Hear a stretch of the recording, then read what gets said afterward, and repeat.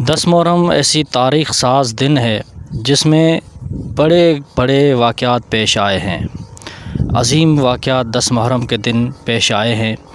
یہ ایک بابرکت دن ہے اور اس میں 10 محرم کے دن جمعہ کے دن قیامت برپا ہوگی، مگر قیامت برپا ہونے سے پہلے یہ اللہ پاک کا ایک راز ہے جو ہم انسانوں کو سمجھ میں نہیں آتا کہ جتنے بھی بڑے واقعات دنیا میں رونما ہوئے ہیں انبیاء علیہ السلام کے ساتھ، صحابہ کے ساتھ، وہ سب 10 محرم کو پیش آئے ہیں۔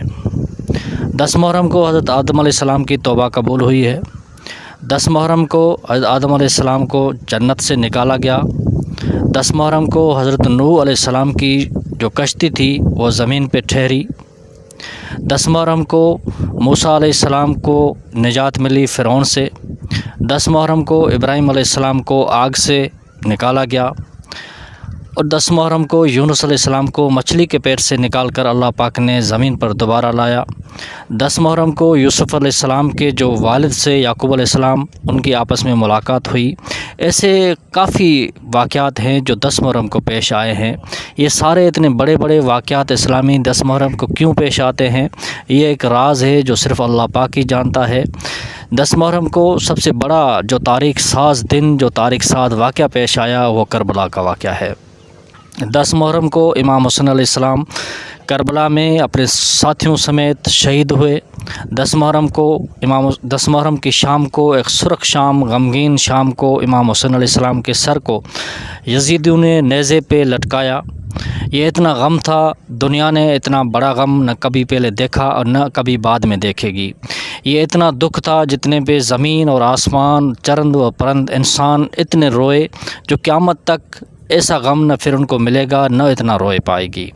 اتنا بڑا غم امام حسن علیہ السلام حضرت محمد صلی اللہ علیہ وسلم کے نواسے تھے، ان کو اتنے پیارے تھے۔ آپ نے فرمایا کہ میں حسین سے ہوں، حسین مجھ سے ہے، اور بشارت آپ نے پہلے دے دی تھی، بچپن میں آپ نے بتایا تھا کہ یہ میرا بیٹا کربلا کے میدان میں شہید ہوگا۔ تو یہ سب ایسے راز ہیں جو انسان کی سوچ اور سمجھ سے بالاتر ہیں۔ یہ سب اللہ پاک جانتا ہے، اللہ پاک کی حکمت ہے، اللہ پاک کی قدرت ہے، مگر ہمارے لیے یہ سبق ہے کہ ہم یوم عاشورہ کو، یوم محرم کو، 10 محرم کو یاد کر کے، امام حسن علیہ السلام کی شہادت یاد کر کے، ہم سب حسینی تو کہلاتے ہیں مگر حسینی بنتے نہیں ہیں۔ ہمیں چاہیے کہ ہم ویسی قربانی دیں جیسی حضرت امام حسن علیہ السلام نے دی۔ ہمیں چاہیے کہ ہم ویسی نماز پڑھیں جیسی حضرت امام حسن علیہ السلام نے پڑھی۔